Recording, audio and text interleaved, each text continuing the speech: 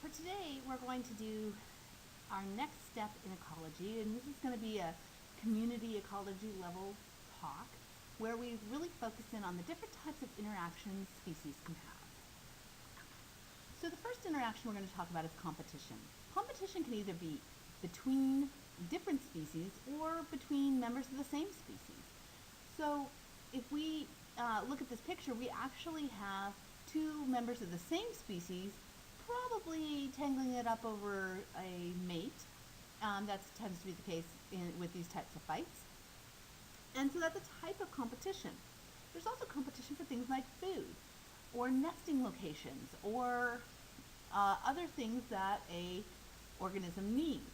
So for instance, in the case of water, you may have a type of alligator that can get to water more efficiently over land as water gets scarcer in drought conditions than another one. And so that competition within the species is going to allow one organism to survive over another one. Between species, there is also sometimes competition, and when this exists, then one species' habitat may expand or its range may expand, and another organism, their range may get lesser.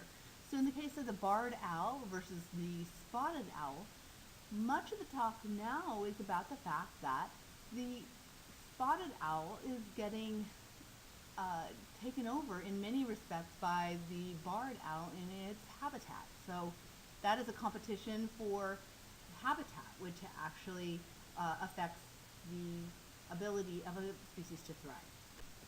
The next community level interaction we're going to look at is predation. Now, with predation, we are only talking community level. We, with very few exceptions, see predation on one of the same species. That's not normally what happens. Now, it can happen, but we tend to look at the act of one organism consuming another organism for food. So in the picture, you see a bear eating a fish, and so it has predated on the fish. And there's all sorts of examples of predation. The next one we're going to look at are symbiotic relationships.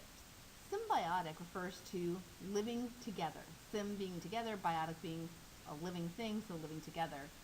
And the symbiosis is the close relationship that exists when two or more species live together. And the example you're seeing there are the coral reefs with the clownfish. And those clownfish rely on the coral reefs, and the coral reefs use clownfish for some of the maintenance of the area they're in. There are different types of symbiotic relationships, and one of the types is mutualism.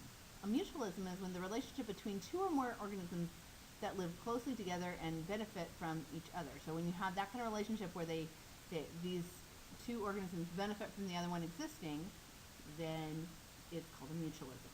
And that mutual benefit, you can see it in the word. So here we have a hummingbird with a flower. The hummingbird pollinates the flower, and so the hummingbird is getting food from the flower. But the flower is also getting something from this relationship. Yeah, it has a pollinator. So this hummingbird more than likely will go to another flower of the same species and move that pollen to this other flower. And that benefits the flower because, as you know, plants do not have feet. So they cannot just walk up and say, hey, other plant I'm trying to pollinate, I'd like you to help me out here. They rely on these animals, sometimes insects, sometimes birds. I've even seen a kangaroo pollinated flower when I was living in Australia. And so you see those different types of pollinator relationships, and those are always mutualism. Commensalism.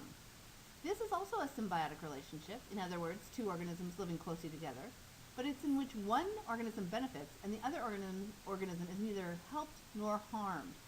So if you look at this picture here, who do you think is being helped? Yeah, the striped fish are definitely being helped by that shark. The shark doesn't benefit one way or another by having these fish hang out with it, but who's going to mess with that shark? And so other predators are not going to go and eat these fish because they're hanging out with the shark.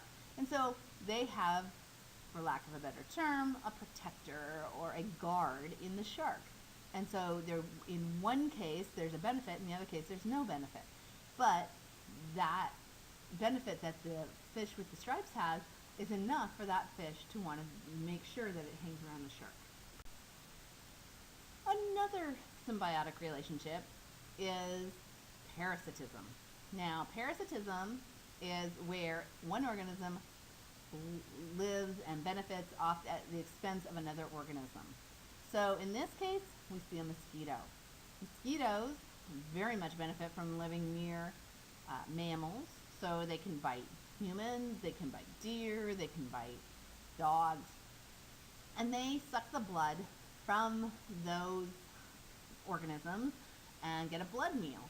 Now, there's no benefit to the one who's getting their blood sucked. So that means that this is a one-way benefit type of relationship. And so parasitism is where there's a benefit to one and no benefit to the other organism. And so that is another type of symbiotic relationship.